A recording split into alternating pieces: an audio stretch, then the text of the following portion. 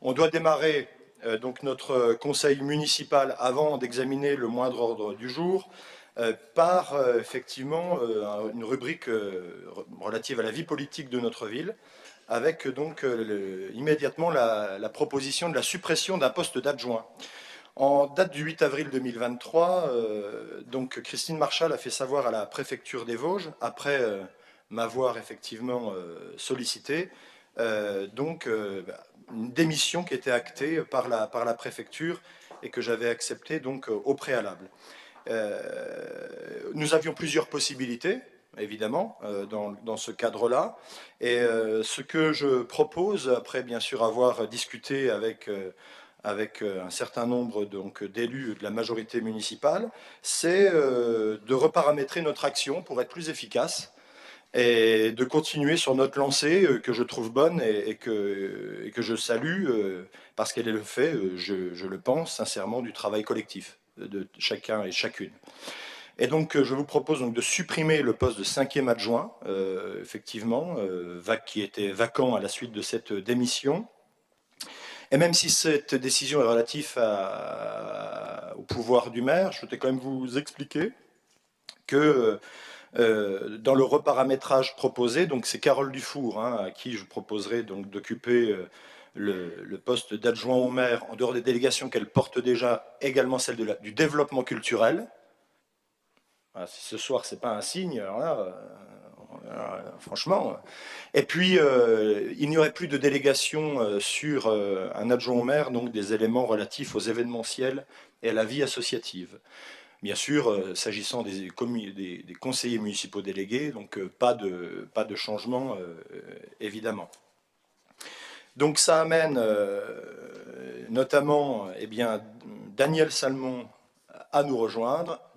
Tu es le bienvenu, à l'heure presque.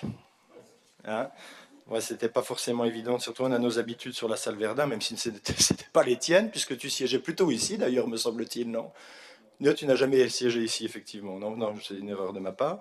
Et puis, donc, on te souhaite la bienvenue. Et puis, je pense que je peux aussi, d'ores et déjà, vous annoncer que donc Daniel Salmon, que je lui ai proposé, donc acceptera le poste de conseiller municipal délégué, chargé donc du développement des apprentissages et de la transmission des savoir-faire, dans un important travail que nous avons engagé, pour lequel on manquait un peu de muscles sur le développement de l'outil en main, le développement de la découverte des métiers pour les collégiens, pour un certain nombre de publics, les enfants également du territoire. Et compte tenu de tes expériences, ça me semblait tout à fait opportun. Donc, sois le bienvenu. Et si tu as envie de dire un mot, écoute, vas-y, je t'en prie. Tu connais un peu la vie publique. Tu peux activer le micro si tu veux.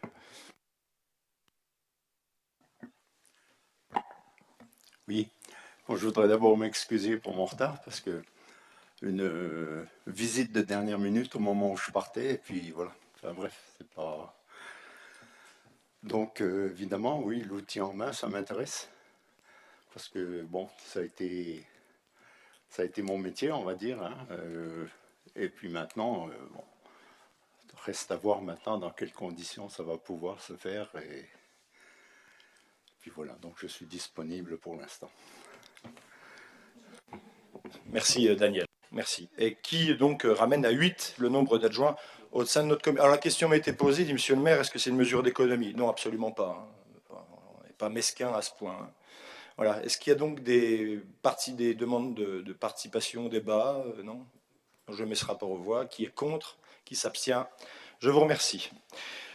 Ensuite, donc, pour justement entériner le fonctionnement de cette nouvelle organisation, je vous propose donc de créer une commission culture et une commission animation événementielle et vie associative. Donc on scinde effectivement ces différents sujets avec une commission culture qui serait donc effectivement vice-présidée mais pilotée par Carole Dufour. Et nous avons déjà reçu un certain nombre de candidats pour siéger au sein de cette commission. En dehors de Carole Dufour, Thierry Bisson, Marie-Odile Ballet, Aurélien Bétis et Francine Moine se sont proposés.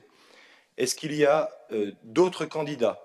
À l'issue donc d'une petite explication que je souhaite quand même donner, si nous avons décidé de créer une commission et donc une délégation relative à la culture, c'est pour cesser de mélanger les aspects donc d'animation de la vie municipale, qui sont intéressants, importants, essentiels, la vie associative aussi, va sans dire, mais de conférer au développement culturel une approche quand même singulière et unique, où on va véritablement essayer de démultiplier, alors sans faire n'importe quoi et en gardant bien sûr précaution de ne pas s'éparpiller, mais des initiatives purement d'ordre culturel.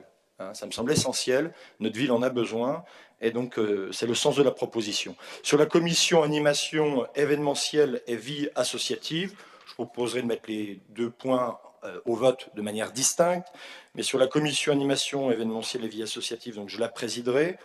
Le vice-président pourra donc être Aurélien Bétis. Seront présents donc dans cette commission, s'ils confirment leur intérêt, Madani Filali, Yannick Payot, Jennifer Kupfer, Anne-Béatrice Ferreira, Corinne André, Francine Moine et François Grandvalet. Voilà, donc s'agissant donc des candidatures. Est-ce qu'il y a éventuellement d'autres candidats sur la commission culture d'une part? Non. Bon, on avait anticipé, on avait écrit à tout le monde. Hein, donc, mais bon, on peut au dernier moment se découvrir une fibre. Commission animation événementielle et vie associative, en dehors des noms précités? Non. Très bien, donc je vous propose, si vous en êtes d'accord, de mettre ces dispositions au vote sans bulletin secret, etc., hein, qu'on fasse les choses de manière simple.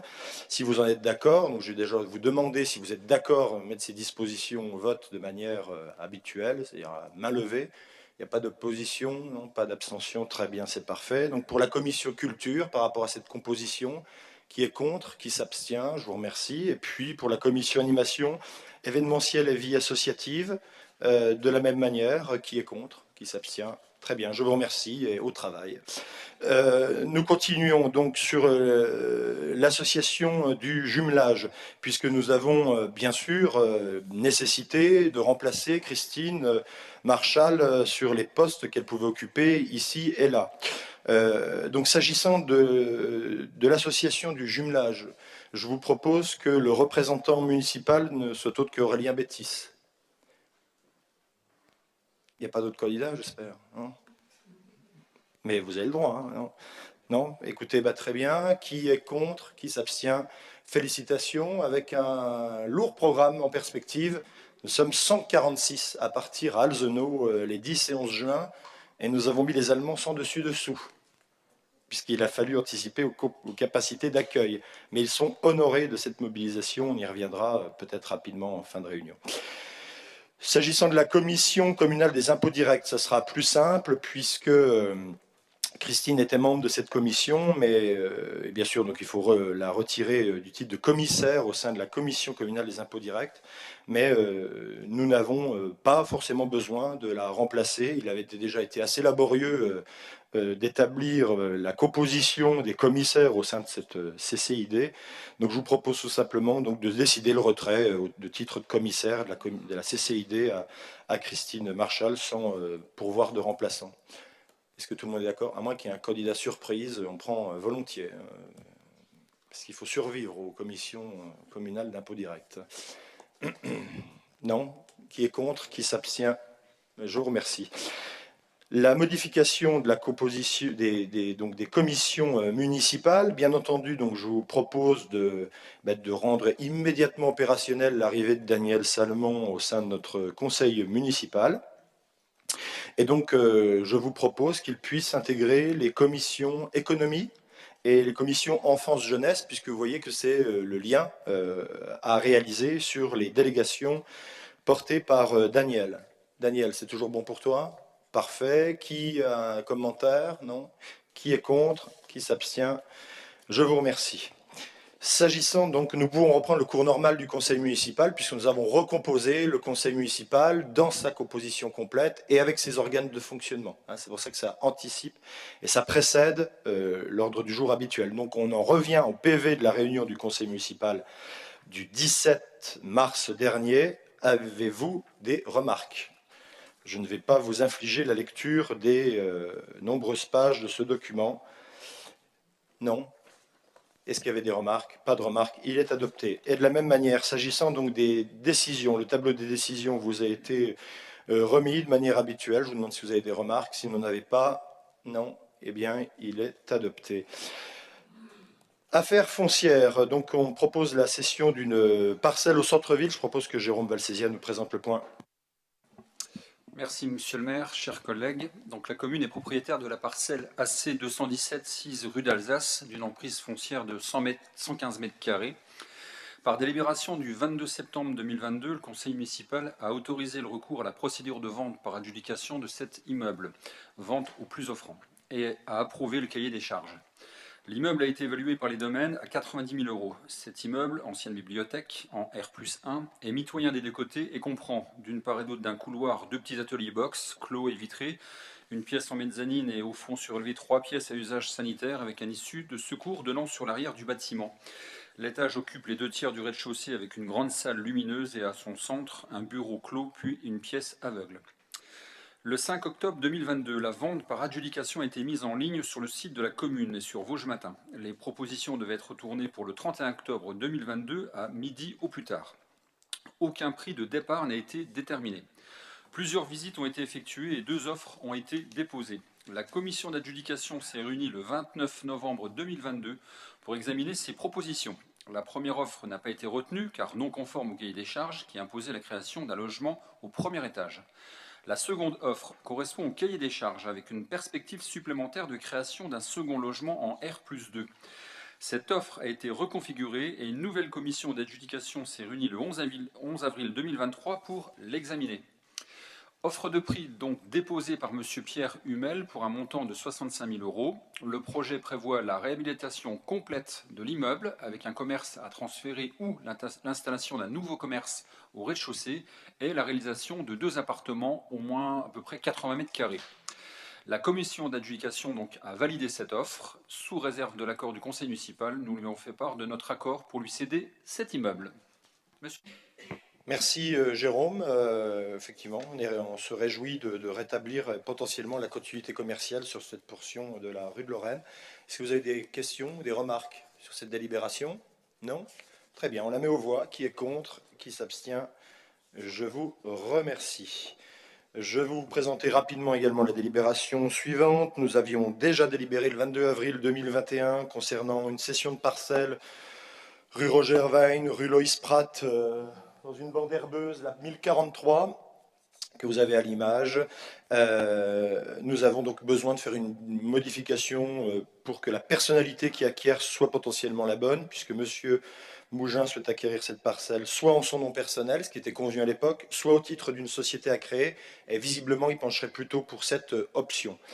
Aussi, je vous propose donc de rapporter la délibération du 22 avril 2021 et puis donc de maintenir les conditions de cession prévues à ce moment-là. Pour rappel, 298 mètres carrés au prix de 4 470 euros avec un projet donc de garage automobile et également de 2 roues sur un secteur très résidentiel qui peut permettre à des personnes qui n'ont plus tellement les mobilités pour aller dans les caves, notamment des bâtiments de la rue Roger Wein, de disposer d'un matériel à immédiate proximité. Donc, je pense que c'est un projet qui peut effectivement être pertinent, même si ce n'est pas celui de l'année, on en conviendra.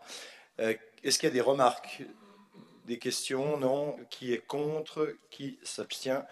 Je vous remercie. Donc, s'agissant de la délibération qui suit, une convention de mise à disposition de parcelles à la station territoire zéro chômeur, je pense que c'est Carole Dufour qui vous la présente. Merci, monsieur le maire. Donc, l'association Territoire Zéro Chômeur de longue durée de Thaon-les-Vosges souhaite se diversifier en développant une activité de maraîchage local. Aussi, la commune envisage de mettre à sa disposition une partie de la parcelle AV20 située à la prairie Claudel et qui représente environ 4 400 mètres carrés et qui vous est présentée sur l'écran.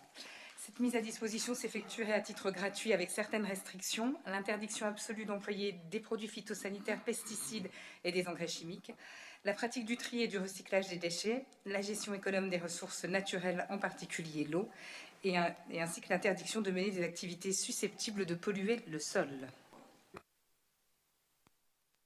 Merci, merci Carole. On continue l'appui au développement Alors, est-ce que ce sera le BE, la belle initiative, une autre BE à terme, nous ne savons pas. C'est pour ça qu'il est proposé de conventionner avec Territoire Zéro Chômeur, l'association préfiguratrice. Et dès lors que nous saurons un peu plus sur l'affectation finale, on pourra le faire. Étant entendu, Carole, je crois, Dominique également, qu'il y a des bénévoles en suffisance pour muter déjà le terrain proposé dans les semaines qui viennent, puisqu'on veut planter des patates, je crois, hein, c'est ça? Des pommes de terre, pardon. Oui. Moi, j'aime bien les patates. Donc, c'est une parcelle quand même déjà de consistance intéressante et on continue à essayer donc d'aider au développement de tes aides. Alors, et de manière générale, et on y reviendra, puisque le 3 mai, il y a une réunion d'état des lieux et de perspectives sur les structures d'insertion par l'activité économique. Je tiens à dire ici, devant la représentation taonnaise, que d'une certaine manière, il est temps maintenant de passer sur une phase d'accompagnement et de poursuite d'accompagnement pour l'essor de TZ et des EBE affinitaires, si je puis dire, mais aussi de retisser plus de liens avec les structures d'insertion par l'activité économique historique pour créer de nouvelles activités, créer de nouveaux ponts entre nous et de conférer à notre ville véritablement cette empreinte de capital de l'économie sociale et solidaire. Je pense que ce n'est pas de la flagornerie de hisser cette ambition à ce niveau-là, mais il faut qu'on retisse les liens entre chacun des acteurs après une période où on a mis beaucoup d'énergie derrière TZ pour que ça sorte et qui peut-être a pu laisser penser à certains qu'on avait une préférence, mais les combats se mènent les uns après les autres hein, pour qu'ils puissent être gagnés. Voilà, est-ce qu'il y a des questions, des remarques? Non, on va ce rapport aux voix. Qui est contre? Qui s'abstient? Je vous remercie. Voilà une délibération assez essentielle sur laquelle je vous propose néanmoins de passer vite si vous avez des questions. Par délibération, donc c'était aussi le 22 avril 2021, on avait décidé donc d'une coopération entre la commune de Thaon, la communauté d'agglomération d'Épinal d'autre part et le PFGE enfin, l'établissement public foncier Grand Est, dans le cadre d'une étude de développement du site des Avios hein, avec donc les friches BTT. Je ne vous le rappelle pas. Cette convention préopérationnelle a donné l'objet d'une délibération par le conseil communautaire et il convient que la commune de Thaon-les-Vosges, bien sûr, délibère sur cette disposition. Pourquoi? Parce que la com d'Aglo est appelée à porter le projet en principal, mais il est prévu dans cette convention que les terrains non affectés à une destination économique, qui est de compétence communautaire, soient vendus, transférés à la commune de Thaon-les-Vosges in fine. Ça veut donc dire que l'EPF Grand Est est missionné par l'aglo et par la ville pour tout acheter, pour tout détruire, je n'espère pas, mais en tous les cas réhabiliter la friche, mais il faudra quasiment tout démonter, hein, donc c'est une réalité. Et puis ensuite, l'aglo conservera les terrains et choisira un opérateur sans doute pour aménager les terrains à vocation économique, et la ville récupérera les terrains qui n'auront pas de vocation économique, et on sait déjà qu'il y en a certains, puisque tout au sud, là-bas, derrière, nous avons des parcelles naturelles, inondables, qui ne sont pas dans l'enveloppe urbaine de la ville, et donc nous ne pourrons pas construire en termes économiques sur ces parcelles-là. Mais intelligence, ingénierie globale, un montage plus facile, un seul interlocuteur dans un premier temps, l'aglo avec l'EPF, et ensuite des conventions, des transferts, des actes à poser par la suite. Pour information, donc, ça a déjà été dit, hein, mais j'y reviens très rapidement et sommairement, le coût total de ce premier budget est de 7 200 000 €, porté à 5,8 millions par la communauté d'agglomération d'Épinal et 1,4 million € par l'établissement public foncier Grand Est qui s'occuperait donc essentiellement et sur financement propre, mais c'est financé par l'impôt, hein, le PFGE, sur les travaux de désamiantage, de déconstruction, de premières interventions et des études de maîtrise d'œuvre. Avec donc 1,4 million, ça ne suffira pas, mais ça permet de commencer. L'agglomération d'Épinal, elle, procédera aux acquisitions foncières, même si c'est l'EPF qui commencera, mais aura à payer ensuite ces acquisitions foncières, les frais notariés afférents, les frais de gestion également pour 300 000 €. Donc, et une partie de la maîtrise d'œuvre à 20%. Nous y reviendrons. Ce que je peux dire sur ce sujet, c'est que nous avons la totale mobilisation des services de la préfecture, de l'agglomération d'Épinal également, et que nous avons convenu dernièrement, donc nous avions deux options.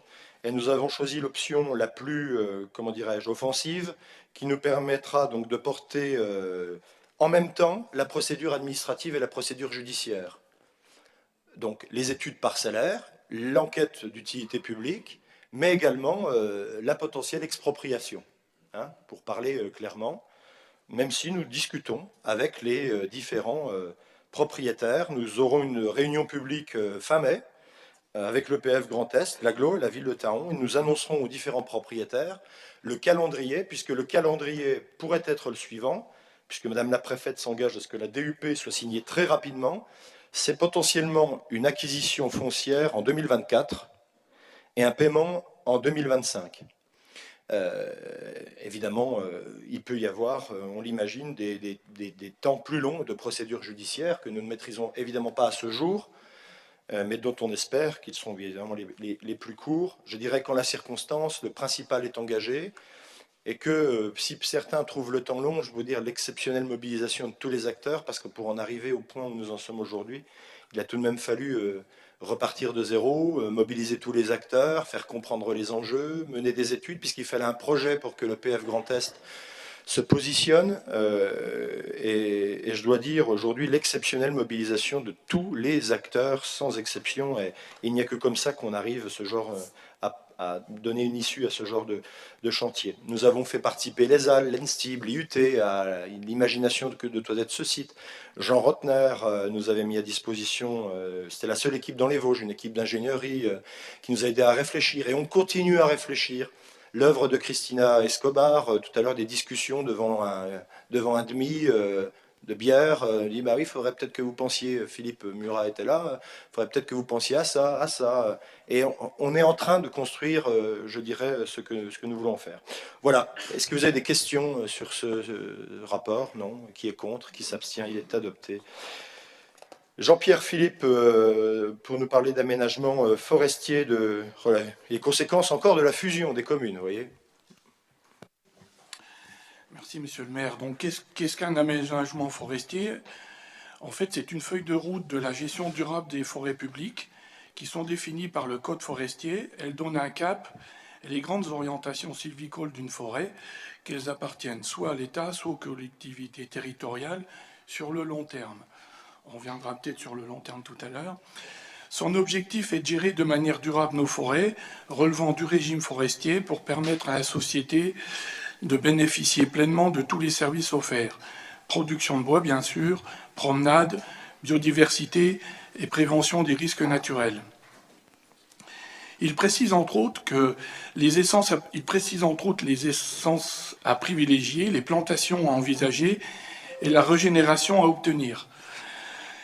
Il quantifie et planifie les récoltes de bois ainsi que les travaux à réaliser au regard des enjeux économiques, sociétaux et environnementaux de la forêt.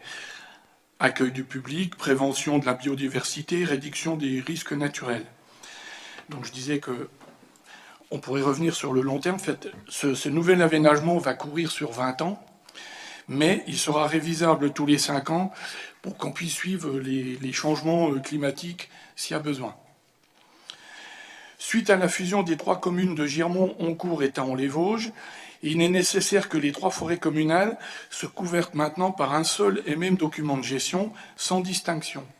Je voudrais rajouter sans distinction administrative, parce qu'il y aura malgré tout une petite distinction physique, naturelle.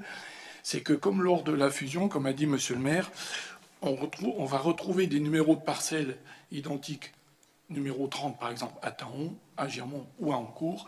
Donc comme ça a été fait pour la fusion des communes, on va rajouter un préfixe pour les parcelles de Girmont qui commenceront par 100 et celles de Oncourt qui commenceront par 200. Pour couvrir, comme on a eu des problèmes de rue qui étaient identiques, on va suivre le même chemin. Ce nouveau document d'aménagement réalisé par l'ONF en concertation avec la commune portera le nom de la forêt communale de Thaon-les-Vosges d'une manière unique.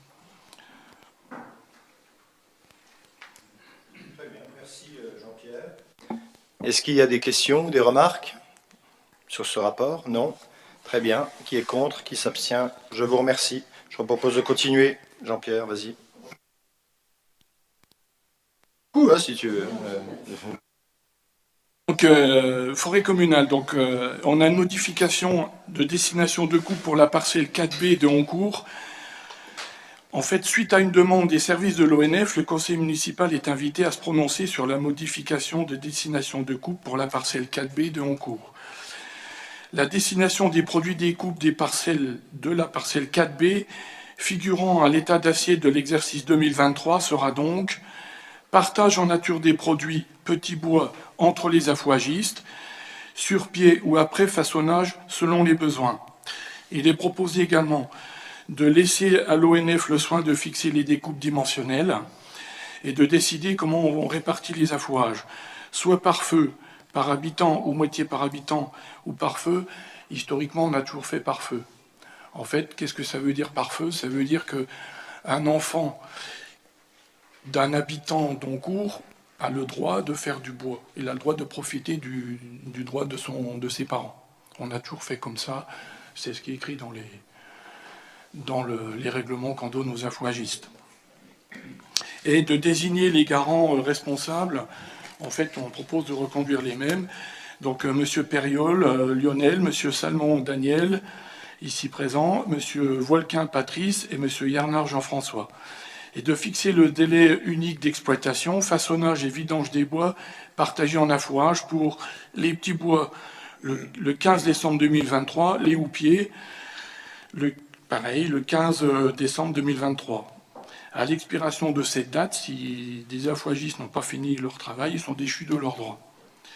Et on fixe le montant de la taxe d'affouage qu'on avait déjà voté avant, montant forfaitaire qu'on propose toujours à 9 € pour le bois sur pied et 45 € pour le bois livré aux habitants.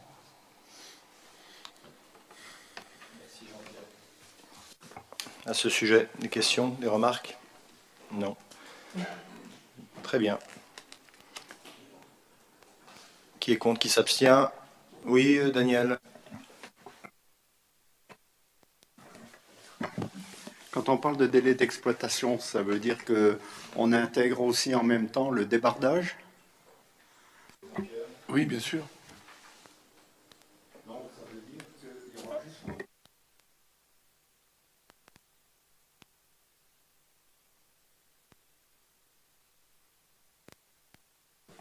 C'est la date maxi, mais si vous avez fini avant...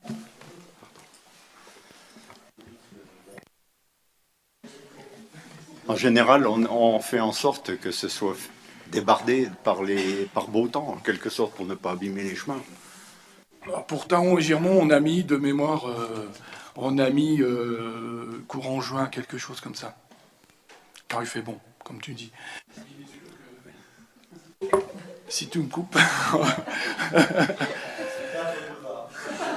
on peut mettre beaucoup moins, hein, c'est pas un problème. Hein.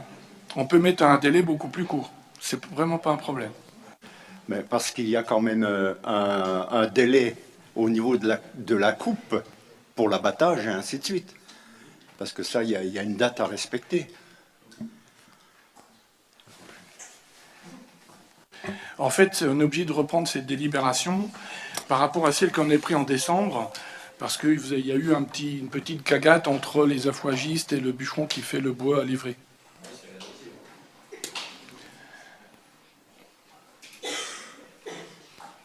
Merci, je vous propose de poursuivre cette discussion par après si vous le souhaitez.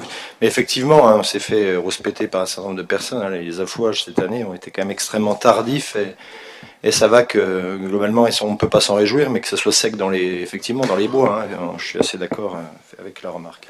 Voilà, qui s'oppose à ce rapport, qui s'abstient? Je vous remercie. Pour la prochaine délibération, donc un certain nombre de collègues ne pourront pas participer au vote. Je pense notamment à Jérôme Leroux, puisqu'on va parler de l'UDSP. Je pense notamment à Aurélien Bétis et Marie-Odile, notamment pour des fonctions sur l'ADMR, entre autres. J'inviterai, si j'ai des oublis, certains à manifester leur non-participation au vote si j'ai commis des erreurs. Voilà, donc s'agissant donc des subventions aux associations non sportives, je rappelle sommairement que nous avons déjà délibéré lors du dernier conseil municipal pour attribuer les subventions aux associations sportives qui répondent à des critères propres et qui peuvent donc effectivement faire l'objet d'une analyse propre. Nous veillerons et nous essaierons l'an prochain d'essayer de tout de même avoir les délibérations à l'ensemble du tissu associatif lors du même conseil municipal. Bon, ce n'est pas en soi extrêmement sensible, mais ça me semble être simplement une élégance administrative, si je puis dire, à observer. Puisque les subventions aux associations non sportives ne répondent pas aux mêmes critères. Depuis le début du mandat, nous avons souhaité que pour ces associations, le financement soit orienté sur des projets. C'était une forme de rupture avec les pratiques anciennes que je ne juge pas, elles étaient ce qu'elles étaient, mais nous avons souhaité que les financements répondent à des projets, mais non seulement des projets qui n'ont pas qu'une visée interne. Comme je l'ai déjà dit, nous ne sommes pas là pour payer le pot que les sociétaires vont faire au bar des sports et jouer au jeu Amigo pendant 2 heures. Hein. Nous, on n'est pas là pour ça. Mais tant mieux si les associations sont conviviales, se rassemblent dans ce genre de contexte. Hein. Je suis le premier à y aller. Mais nous ne sommes pas vraiment là pour ça. Nous sommes là effectivement pour financer donc des actions qui intéressent la commune, qui intéressent les habitants et qui doivent être calibrées en fonction d'une discussion projet par projet dans lesquelles nous ne donnons le financement que que nous jugeons opportun et complémentaire aux recettes à aller chercher par ailleurs. Recettes de commercialisation, autres subventions, bien entendu. Et c'est donc dans cette perspective, quasiment intégralement, puisqu'il y a quelques exceptions que je vais décrire évidemment, que nous avons donc proposé d'attribuer les subventions suivantes. Et je vais commencer avec une exception, puisque l'ADMR fait l'objet d'un financement que j'appellerais un financement de soutien, qui ne correspond pas en soi à un projet particulier, mais à la suite de la crise sanitaire, dans le cadre de la crise sanitaire et à la suite de la crise sanitaire, on propose de maintenir ce lien et cet appui à la force associative que représente l'ADMR au-delà de tout ce qu'elle incarne. Madame la Présidente, qui ne votera pas. S'agissant de la chorale Cola Voce, donc là il s'agit effectivement de projets, 1 000 € proposés.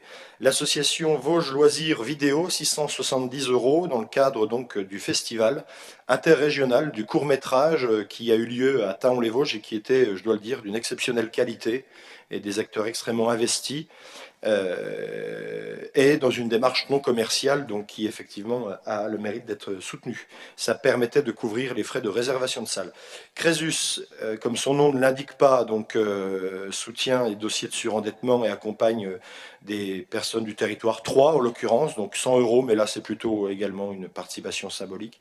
L'association Taonnaise pour la promotion du jumelage, 1 000 € sur projet. La Gigoise, 900 € sur projet. Vitrail et patrimoine, 500 € sur projet. La Société des fêtes de Thaon, alors 2 408,50 €. Vous voyez le niveau de précision s'agissant donc de cette manifestation. Globalement, c'est le déficit de la manifestation donc du Salon des collectionneurs, des artistes amateurs, pardon, qui est déficitaire, et puis un appui supplémentaire de 1 000 € qui ne correspond pas à des projets, mais qui est en lien avec la surface financière de l'association. Étant entendu que pour le grenier des mots, je vais proposer donc de rencontrer l'association afin de mesurer la densité de cette manifestation et l'accompagnement qu'elle mérite. Des Pions et compagnie, 500 €, une très dynamique association également, très présente, qui fait des après-midi récréatifs. La FNACA, 150 € pour acheter des plaques aux anciens qui disparaissent. Donc il tape sur 3 disparitions, vous voyez à quel point il faut des fois être pragmatique. Ascendance, 5 000 €, donc une diminution de 1 000 € par rapport à l'année dernière, puisque les déficits attendus n'ont pas eu lieu, tant mieux. Néanmoins, nous pouvions donner moins.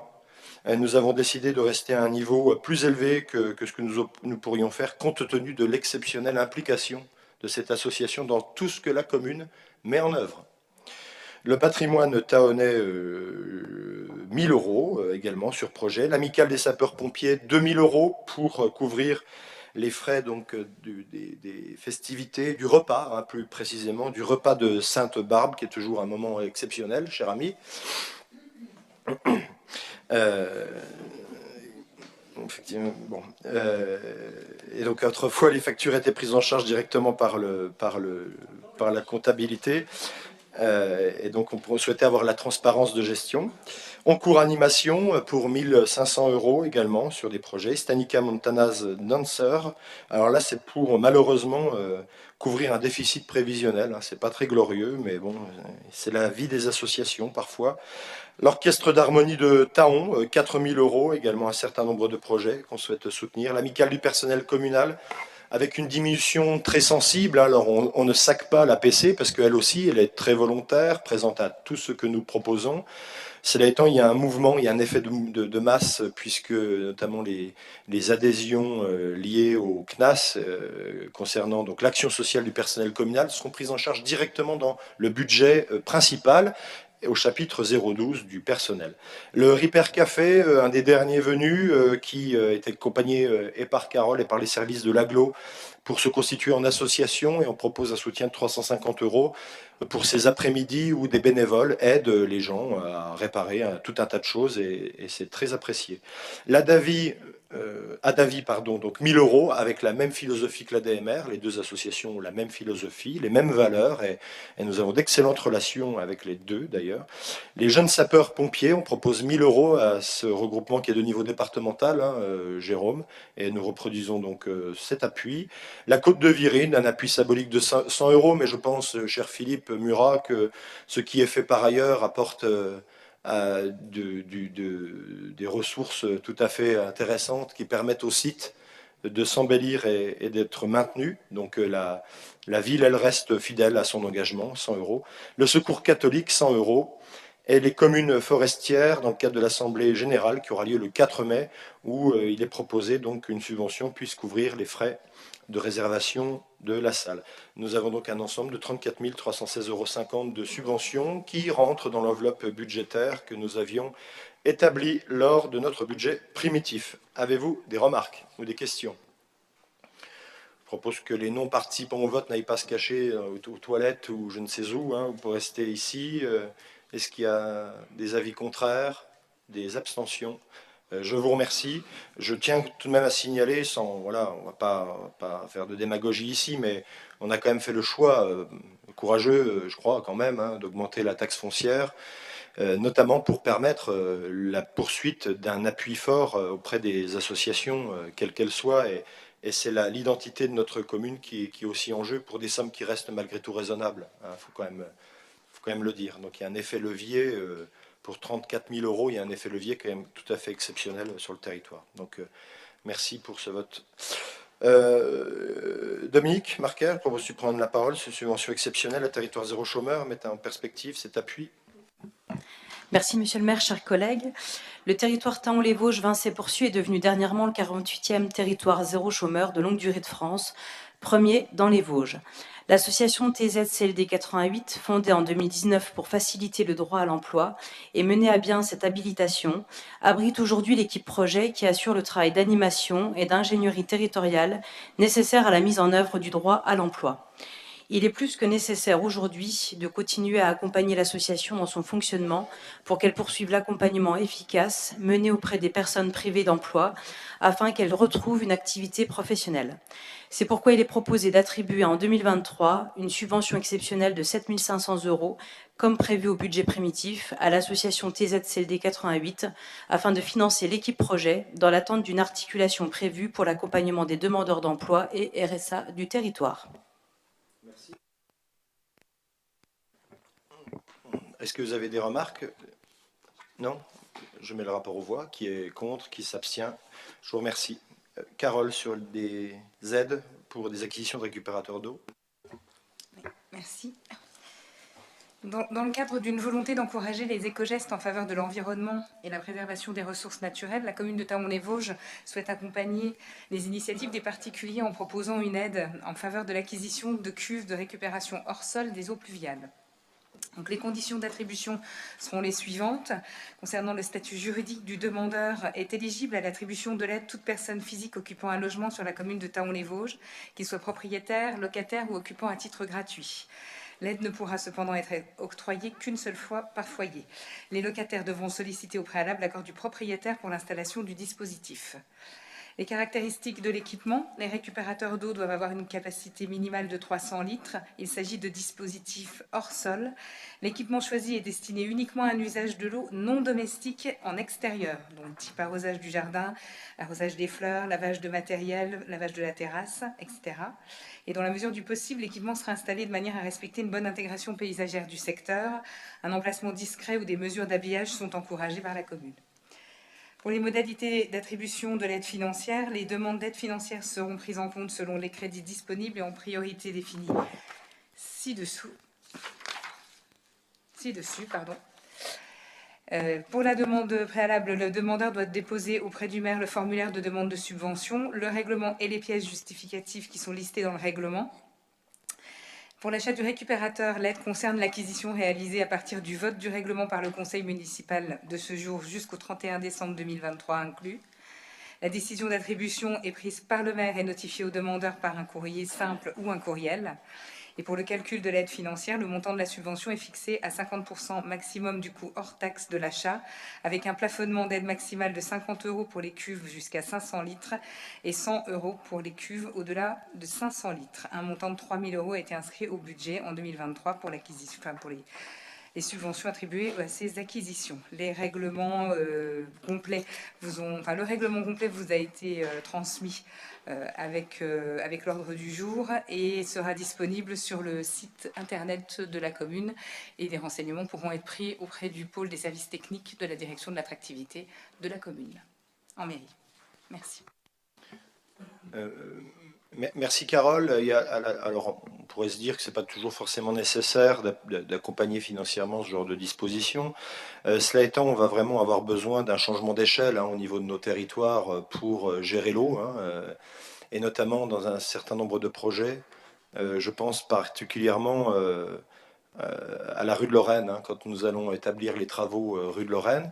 Il faut savoir aujourd'hui que les eaux qui tombent sur les toitures partent dans le réseau unitaire. Elles vont donc à la station d'épuration. Et donc, ça n'est plus du tout permis par la loi, et fort heureusement.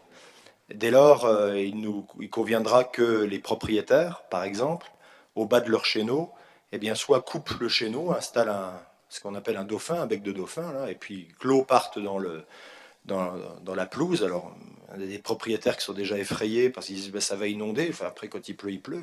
Il pleut sur la toiture, il pleut aussi dans la pelouse. Et il pourrait y avoir donc ce genre d'outils combinés qui pourraient donner un certain nombre de réponses à la gestion de l'eau, notamment à la parcelle. Voilà. Donc et nous l'espérons être en mesure d'éviter un certain nombre d'inondations que nous pouvons avoir lors d'épisodes même décennaux sur un certain nombre de secteurs de la ville.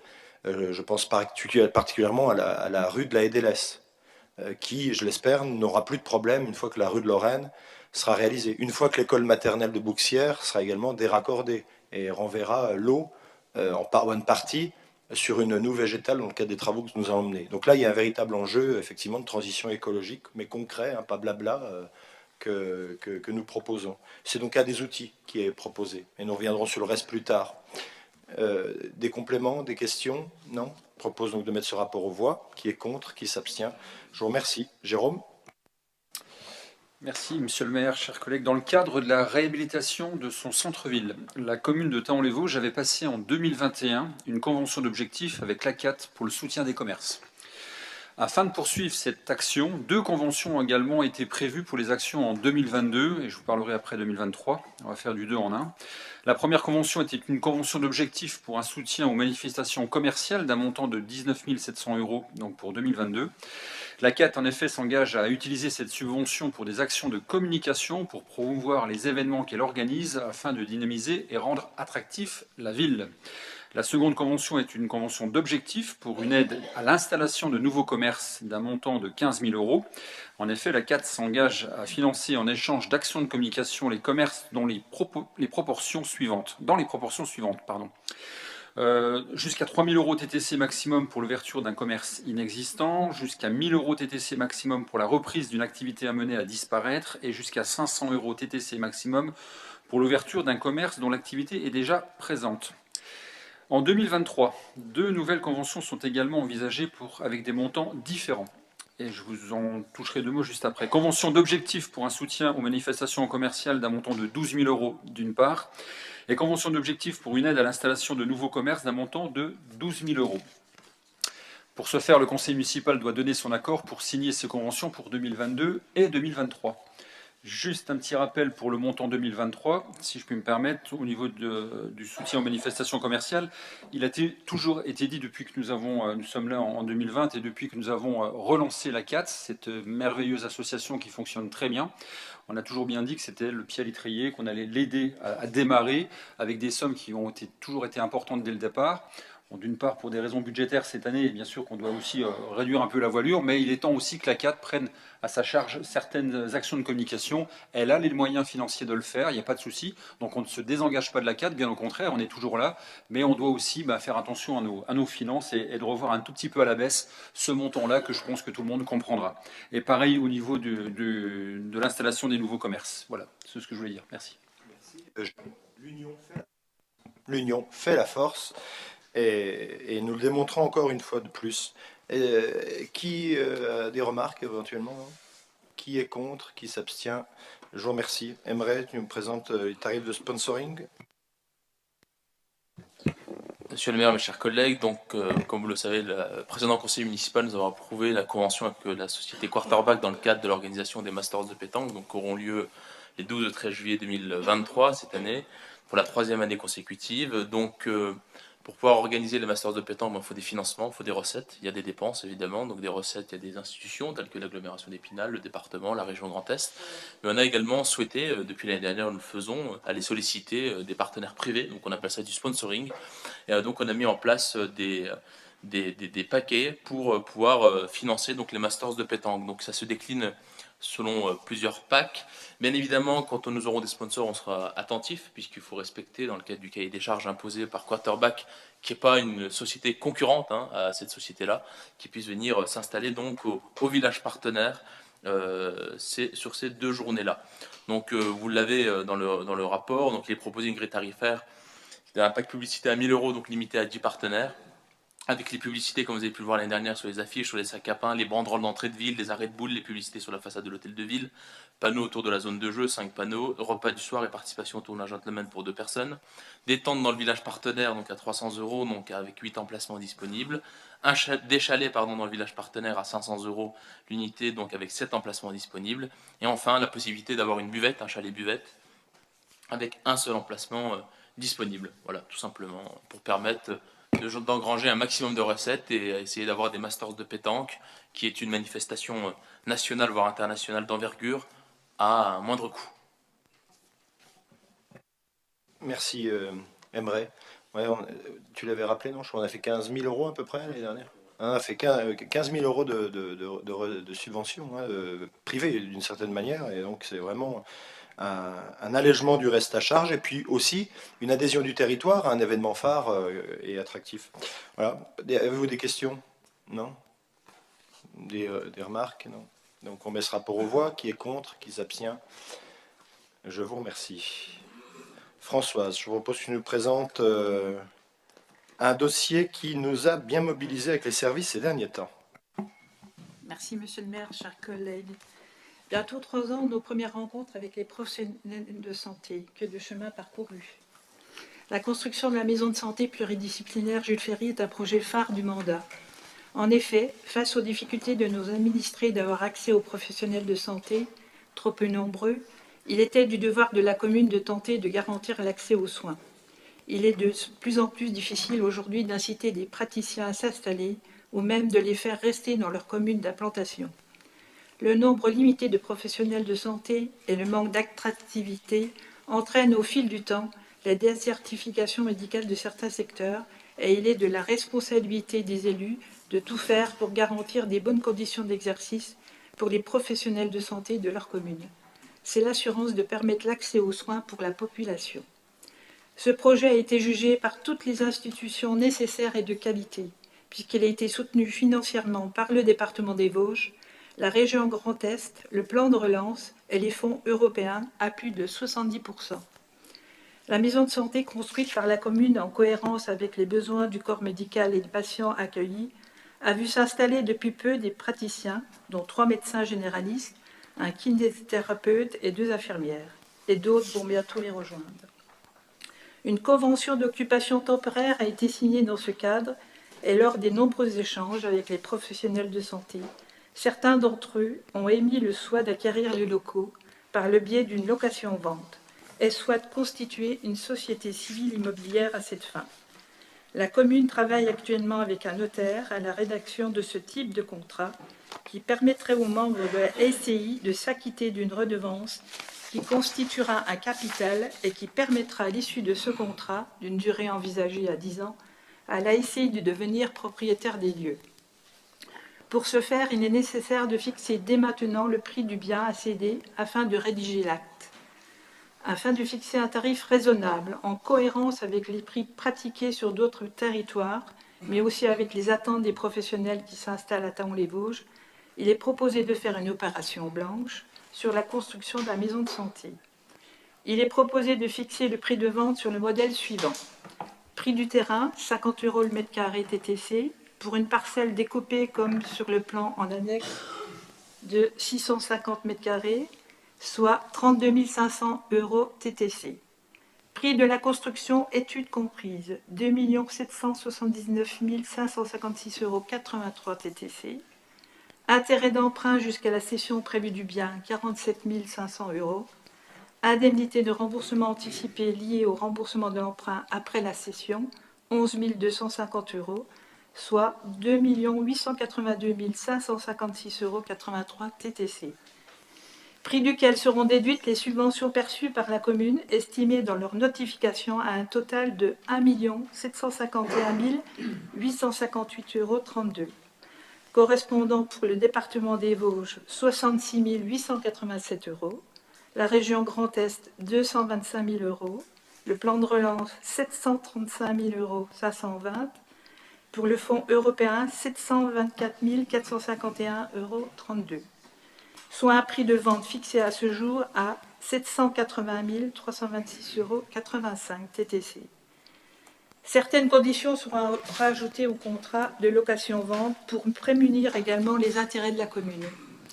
La répercussion sur le prix final d'un éventuel recalcul des subventions perçues par la commune, une clause fixant les conditions tarifaires d'une éventuelle revente afin d'éviter toute spéculation, une clause de préférence inversée afin que la commune soit prioritaire en cas de revente des locaux par la SCI, et une clause de maintien de la destination des locaux pendant un temps défini afin que ce bâtiment continue d'accueillir les professionnels de santé.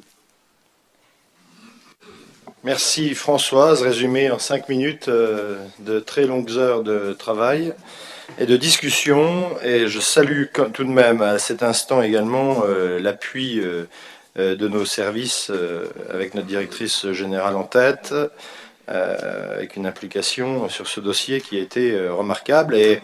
Et un notaire, alors je le précise tout de suite, hein, je ne suis pas de sa famille, Maître Axer sur Golbet, avec qui on est très heureux de travailler, qui était très efficace sur ce dossier.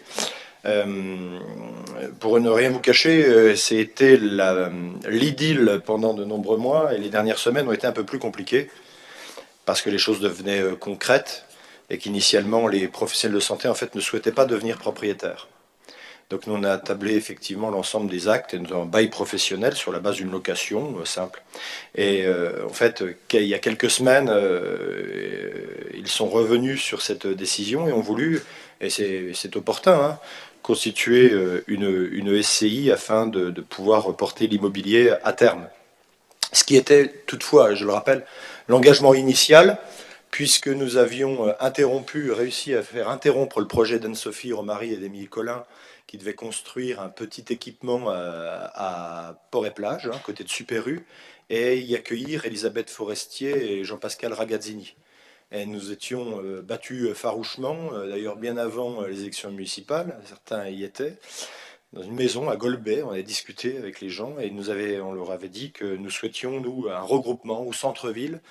Et on était vraiment très heureux, nous sommes très heureux d'avoir réussi à faire adhérer les professionnels de santé du territoire.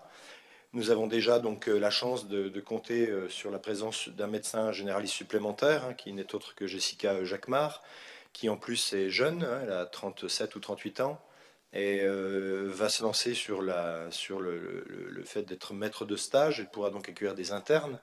Et donc ça, vous voyez bien que ça peut être extrêmement fécond pour la suite. Elisabeth Forestier également maître de stage et accueille des internes.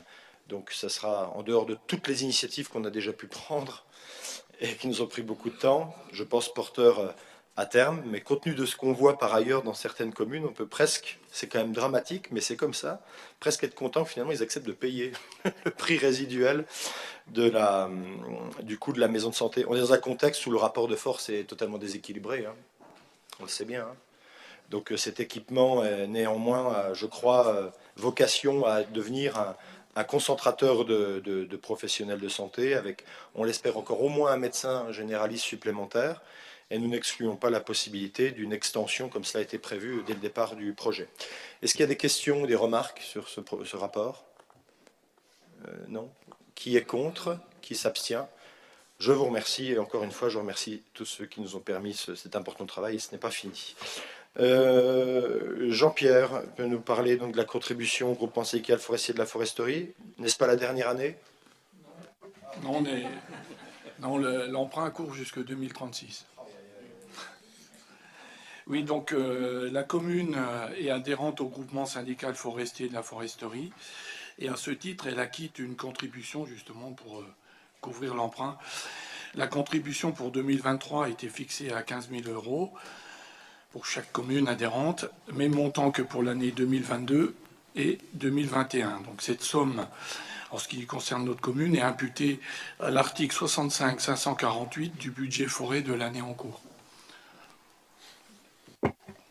Très bien, et on sait à quoi sert l'argent. Alors même si effectivement il couvre une dette ancienne qui permettait l'acquisition d'une forêt qui appartenait à la ville d'Épinal à l'époque, mais aujourd'hui quand on voit l'essor effectivement de la foresterie et l'îlot d'avenir là qui est effectivement en cours, je crois que les bourgeons, ça y est, sont en train de donner, il n'y a pas eu trop de déperdition, 10 ou 15 000 arbres plantés. Je pense même que ce serait intéressant d'organiser une visite du conseil municipal dans sa configuration entière, 10 hectares de plants avec différentes essences, chêne Cécile, liquide ambar, pin sylvestre, enfin, je crois qu'il y a une grande variété.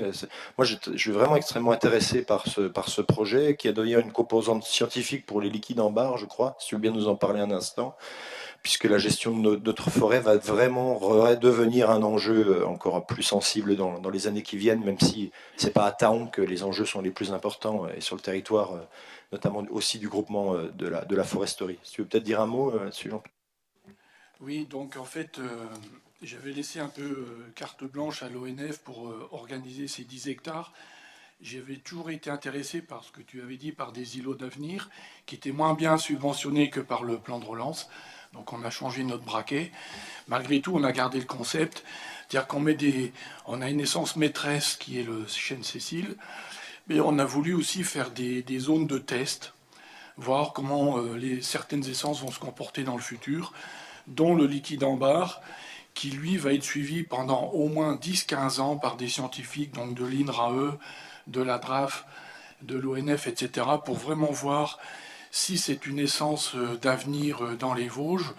Donc on va comparer ce que nous on a fait à la foresterie avec le type de sous-sol qu'elle a, avec d'autres endroits dans les Vosges, comparer et voir ce que ça va donner. Donc ça c'est vraiment du très long terme. Et puis donc on a aussi, c'est pas encore fait, mais je suis en train de chercher des mécènes pour diminuer la facture. Et si le but du mécène, c'est que si... Non mais j'en ai déjà un sous le coude, mais bon, voilà. Et ce monsieur-là viendra aussi montrer ce qui a été fait à la foresterie pour ceux qui nous aident à financer ce projet. Merci pour ces compléments sur un très important projet qui mérite effectivement éclairage. Est-ce qu'il y a des avis opposés à cette participation au groupement syndical de la foresterie présidé par Jean-Pierre? Contre? Abstention, merci. Finances communales, eh bien nous l'avions oublié, mais depuis de très nombreuses années, notamment dans le cadre de la suppression de la taxe d'habitation, eh bien il y avait une taxe d'habitation sur les résidences secondaires et autres locaux meublés non affectés à l'habitation principale, dont on ne peut pas dire que ce soit un enjeu immense sur notre territoire, mais nécessitait tout de même de refixer formellement le taux, et que sans délibération sur le taux, il ne pouvait pas y avoir donc de fiscalité perçue et donc de produits distribués à la ville. Donc il est nécessaire ici donc de reconfirmer le taux, je propose de ne pas le modifier, hein, sur la taxe d'habitation sur les résidences secondaires et autres locaux meublés, à 11,22%, en rappelant que nous avions donc porté le taux de la taxe du foncier bâti, on est joueur, hein, puisqu'on le rappelle presque maintenant à chaque délibération, hein, de 41,12 à 43,21, et puis le taux de la taxe sur le foncier non bâti maintenu à 24,26. Un produit fiscal quand même de l'ordre de 35 000 euros, hein. Donc ça vaut le coup quand même de se rattraper, si je puis dire. Voilà, est-ce qu'il y a des remarques, non, des questions? Je mets rapport aux voix. Qui est contre? Qui s'abstient? Je vous remercie. On n'avait pas prévu que tu le présentes, celui-là, non? Le rapport? Si, hein. Oui, vas-y. Sur le karaté, le club de karaté, vous avez vu, hein, ces derniers temps un certain nombre de mouvements, hein. Monsieur le maire, chers collègues, donc un point subvention sur l'association du karaté. Effectivement, lors du précédent conseil municipal, nous avions voté donc les subventions à l'ensemble des associations sportives pour un montant de 155 000 euros. Donc il avait été effectivement ajourné, hein, l'attribution de la subvention au karaté, donc pour les raisons que désormais vous connaissez, puisque le maire avait abordé le sujet en préambule, et la presse aussi avait également rédigé un article sur le sujet, donc je pense pas opportun de revenir dessus. Néanmoins, donc une rencontre a eu lieu quand même avec la nouvelle gouvernance de l'association, le président ainsi que le secrétaire du club, pour faire état notamment de pour discuter autour de cette décision-là et discuter projet. Puisque comme vous le savez, donc les subventions des associations sportives reposent sur des critères bien précis. Et donc nous avons discuté, et le club s'engage à réaliser certaines manifestations, comme par exemple le championnat départemental des Vosges de karaté à Thaon-les-Vosges, à assurer une certaine forme de dynamisme, répondre aux sollicitations de l'Est central, répondre aux invitations de la mairie, qui est une forme de dynamisme autour de cette association-là, puisque jusqu'à aujourd'hui, il y avait une forme de... Elle avait un peu déserté un peu les radars de la commune. Donc il y a une forme d'engagement aujourd'hui qui a été acté avec l'association. Et il y a un projet notamment d'achat d'équipements qui va être réalisé à hauteur de 1 600 euros environ. La subvention sur critères qui avait été calculée initialement déjà à l'époque lors du premier versement pour l'ensemble des associations donnait un résultat de 1 500 euros. Donc il est proposé donc, de ne pas pénaliser la nouvelle gouvernance et quand même de leur permettre de procéder à l'achat de ces équipements-là et de réaliser des manifestations, de leur verser donc une subvention de 1 500 euros pour l'année 2023, selon les mêmes conditions, hein, que les autres associations, un premier versement à 60% et un second à 40%, donc un premier à 900 et un second à 600 euros, donc pour leur permettre d'avancer un peu. Voilà. Merci. Des questions, des remarques? Non. Très bien. Rapport aux voix. Qui est contre? Qui s'abstient? Je vous remercie. Alors, quelques éléments rapides en affaires diverses. Je vais plutôt faire Rémi Brica, annoncer un certain nombre de choses dans les temps à venir. Si vous voulez donner votre sang, demain, je rappelle qu'il y a une collecte des donneurs de sang, ici même, donc 28 avril. Rappelez la commémoration qui aura lieu donc le 30 avril à 10h, hein, liée donc au souvenir de la déportation. Et nous ferons donc également écho à la cérémonie du 19 mars, que nous n'avons pas tenue, mais qui aura donc son pupitre, si je puis dire, lors de cette commémoration. Le 2 mai, on aura la visite en termes d'inspection donc au niveau de la gendarmerie donc de Thaon-les-Vosges, où nous aurons donc un rassemblement également à 8h du matin. Je voudrais quand même citer également le regroupement de l'école des champions, hein, pour la 2e année consécutive. Donc nous nous engageons dans cette école de la vie, si je puis dire, qui rassemble les enfants autour des valeurs donc sportives mais également citoyennes. donc le 3 mai après-midi. Nous avons également d'autres événements sportifs. Le Stade Athlétisme a de très nombreux événements dans les semaines, les jours et les semaines qui viennent. Quelques événements importants également. La première pierre donc, du programme Néobilis à Port-et-Plage sera donc posée le 4 mai en début d'après-midi. Nous aurons également un temps très fort le 5 mai, puisque nous aurons effectivement l'inauguration donc, de la maison de santé à 15h30 en présence de Madame la ministre Agnès Firmin-Lebaudot, qui nous fait l'honneur de mettre en perspective cet important investissement. Voilà, et donc il y aura également d'autres événements très importants, les commémorations du 8 mai, avec donc un temps solennel à Girmont à 10h45 et un temps officiel également solennel à Thaon-les-Vosges à 11h30 le 8 mai. Et le 10 mai, une réunion sur le projet de territoire, une réunion publique sur le projet de territoire aura lieu à 18h. S'agissant donc d'affaires importantes sur lesquelles il me semble intéressant de vous donner quelques informations lapidaires, mais néanmoins essentielles, il y aura un conseil d'administration prochain au niveau du SDIS, hein, où tu sièges, Dominique, pour le projet de caserne de pompiers, le centre de secours de Thaon-les-Vosges. Donc ce sera soit une délibération proposée, et nous l'espérons adoptée au mois de mai ou au mois de juin. J'ai poussé le colonel à faire délibérer par son président le conseil d'administration le 9 mai, nous verrons bien, sur un projet donc, qui maintenant est finalisé en termes de programme, dont le coût sera un peu supérieur à ce que nous avions prévu initialement, qui était de 3,3 millions à peu près, et qui sera de 4 millions d'euros, et qui néanmoins ne demandera pas de participation supplémentaire aux communes par rapport à ce qui était évoqué au début du projet, ce qui est loyal. Et on espère une première pierre, nous espérons une première pierre courant 2024, puisqu'il y a un temps d'étude assez long. Vous annoncez également que nous, s'agissant donc de l'EHPAD, du Cèdre Bleu, nous avons mobilisé le premier comité de pilotage donc, récemment avec l'Agence régionale de santé, le conseil départemental bien sûr et le centre hospitalier. Et donc nous avons opté pour un modèle juridique qui nous permettra donc de piloter plus rapidement la phase opérationnelle, pour laquelle il me semble un peu prématuré de donner des délais, mais le square Roland-Étienne est aujourd'hui, compte tenu des différentes études menées et des échanges posés, qualifié pour accueillir l'EHPAD. Reste à déterminer un certain nombre d'enjeux au niveau de l'accès à la parcelle. Vous connaissez Thaon, donc je ne vous apprends rien. Et évidemment, des questions de financement qu'on n'hésitera pas à relayer auprès de Madame la Ministre quand elle viendra le 5 mai, bien entendu. Nous n'allons pas faire qu'un accueil républicain. Nous allons aussi défendre les intérêts du territoire, comme tous les élus le font chez eux. Nous déposons ce jour, Françoise, un dossier pour l'anticipation donc du départ de l'EHPAD du Cèdre Bleu dans ses locaux actuels.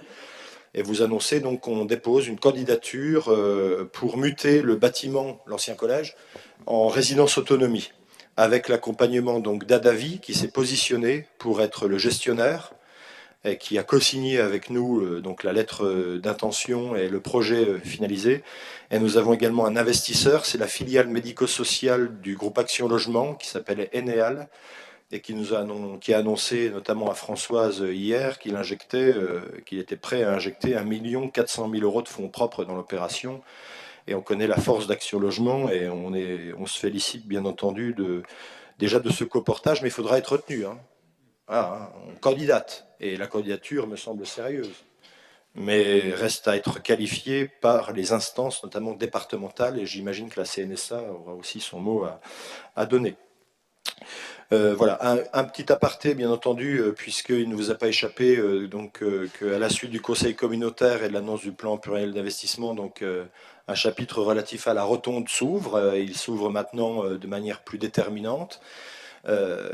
Évidemment, donc, nous aurons l'occasion d'examiner ce rapport au prochain conseil municipal qui se tiendra le 14 juin.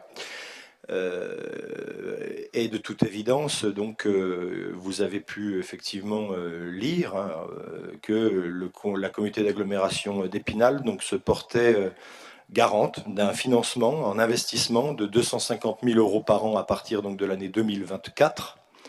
Et plus encore, est en mesure de nous proposer une surface de gestion par l'Office de tourisme à partir du 1er janvier 2024, avec un transfert au 1er juillet 2023 qui est proposé. Ça, on délibérera avant. Il y aura une réunion publique, bien entendu, avant encore. Une surface de gestion qui doit nous permettre d'optimiser très largement l'usage de la rotonde.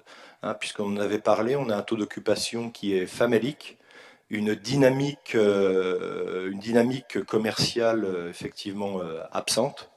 Et le bâtiment va se retrouver en danger à ce rythme-là, puisqu'il ne fait pas l'objet, on a investi dans un monte charge il y a 2 ans, et c'est le seul investissement lourd et important qui a été fait depuis 12 ans sur l'équipement. Donc vous voyez bien que les Tahonnais n'ont pas été ceux qui sont le mieux occupés de cet équipement, à vrai dire, hein, si même certains sortent leur mouchoir de manière un peu hypocrite.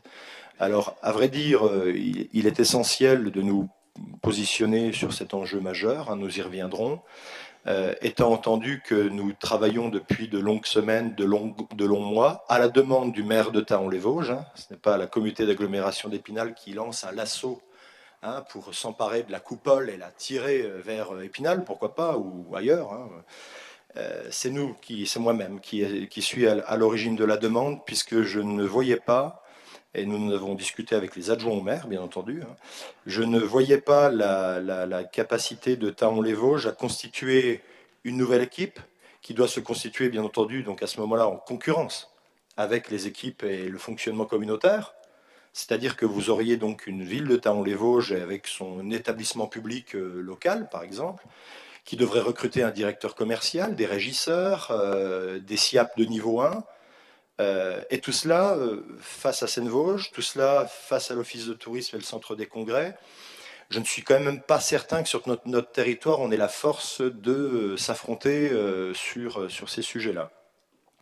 Plus encore, il s'agit bien entendu d'établir un rapport de confiance avec la Com d'Aglo, qui n'est autre qu'une émanation de nos communes, hein, qui n'est pas un étranger, qui n'est pas un salaud, qui n'est pas un enfoiré, qui n'est pas un opportuniste, qui est l'émanation, un établissement public émanation des communes, qui, bien entendu, ne peut travailler au bien des communes que si les élus de la dite commune se mobilisent pour que cette communauté avance. Et je crois quand même plus fécond que nous bénéficions aujourd'hui de l'expertise, de l'expérience et des compétences qui existent aujourd'hui au sein de la communauté d'agglomération d'Épinal pour reporter un développement rapide, immédiatement opérationnel, hein, qu'on n'ait pas des temps de recrutement avec l'incertitude de trouver des profils, qui nous permettront, j'espère, d'augmenter nos taux d'occupation, qui seront donc immédiatement bénéfiques à la rotonde, à sa pérennité, et puis aux Tahonnais et aux autres habitants du territoire qui pourront voir plus de spectacles, avoir une offre culturelle plus importante, et nous donner la possibilité de dégager une capacité d'investissement qui nous permettra de nous sortir d'un certain jus. J'ai pas fait exprès hein, d'organiser la réunion ici, hein, mais de sortir les salles de leur jus et de les équiper, par exemple, de manière peut-être, je dirais, intégrée. Avec du matériel voilà, qui soit peut-être dans les plafonds, sur les sols, et pas venir avec des équipements un peu comme on devait le faire au XXe siècle. Donc on a cette nécessité-là. Et puis par ailleurs, nous travaillons évidemment à garantir aux associations tahonnaises, aux Tahonnais, eh bien, un accès à la rotonde comme il pouvait se réaliser par le passé. Alors, il y aura par contre un certain nombre de modifications dans les gestions, parce que nous étions, je pense, parfois assez peu précautionneux, et qu'il sera difficile, par exemple, comme nous le faisions, à titre gratuit, de laisser 5 jours de répétition à une association pour produire un spectacle le samedi qui suit. C'était, je dirais, des aisances bénéfiques pour la SOS, bien sûr, mais maléfiques pour l'équilibre financier de la maison. Et on peut cheminer ainsi de suite sur un certain nombre de manifestations, mais certaines sont à re-questionner, devront sans doute se dérouler dans d'autres bâtiments, non pas parce que la communauté d'agglomération sera méchante, mais parce que nous aurions dû le faire depuis longtemps, si nous voulions maintenir cet équipement, sauf à dégager une capacité financière nouvelle que nous avons établie, puisque nous avons travaillé sur ce sujet depuis longtemps, une capacité financière de l'ordre de 600 000 € par an sur notre budget de fonctionnement.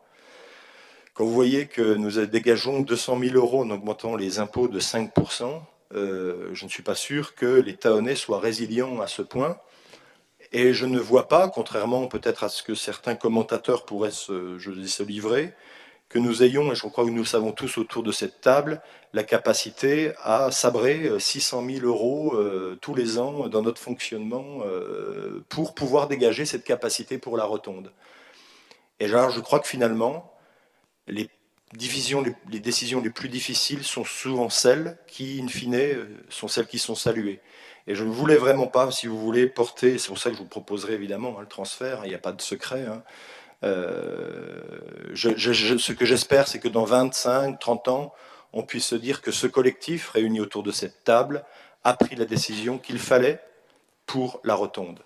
Plutôt que de rester muet dans une forme de nostalgie inféconde, populaire, populiste, mais qui nous aurait amené à des dégâts que certains prédécesseurs, n'est-ce pas Jean Lamontagne, ont dû surmonter dans d'autres contextes et qui ont pris à l'époque aussi leur courage à deux mains dans une situation difficile où la ville avait déjà fait le premier pas qui était indispensable pour sauver cet édifice, puisque l'objectif final, ce n'est pas simplement que d'avoir une façade de la rotonde, c'est que l'intérieur soit soigné, fasse l'objet de précautions.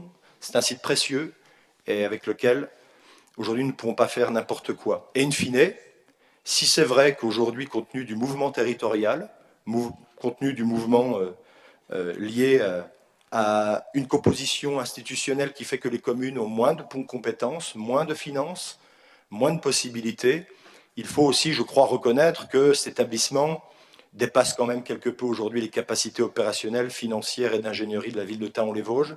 C'est une modestie de le reconnaître, mais c'est sans doute aussi une élégance vis-à-vis de cet établissement auquel je pense moi-même et un certain nombre d'entre nous autour de cette table sont sans doute plus attachés qu'un certain nombre de démagogues qui aujourd'hui prennent le risque de détruire les dynamiques communales que nous avons mis en place au prix de très lourds efforts, que nous continuerons bien sûr avec grand plaisir, avec l'honneur de servir la ville de Thaon-les-Vosges, que beaucoup d'autres pourront aussi servir dans les futurs mandats, et notamment avec le respect que nous devons à cet établissement qu'est la Rotonde. Voilà le fond de la pensée, si vous voulez, qui mérite aussi d'être livré, et qui nous prépare à la délibération que nous aurons à prendre au mois de juin, pour cette fois-ci aborder, au-delà du romantisme dont j'ai peut-être fait preuve ce soir, d'éléments concrets et saillants, liés à l'usage de la rotonde et qui méritent que nous y penchions. Voilà ce que je souhaitais vous dire.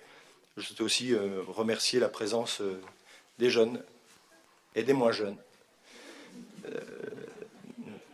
dans la salle, puisqu'on avait quelques représentants du comité de proximité des jeunes. Voilà. Est-ce que vous avez des remarques, des questions diverses, des sujets que vous souhaitiez aborder?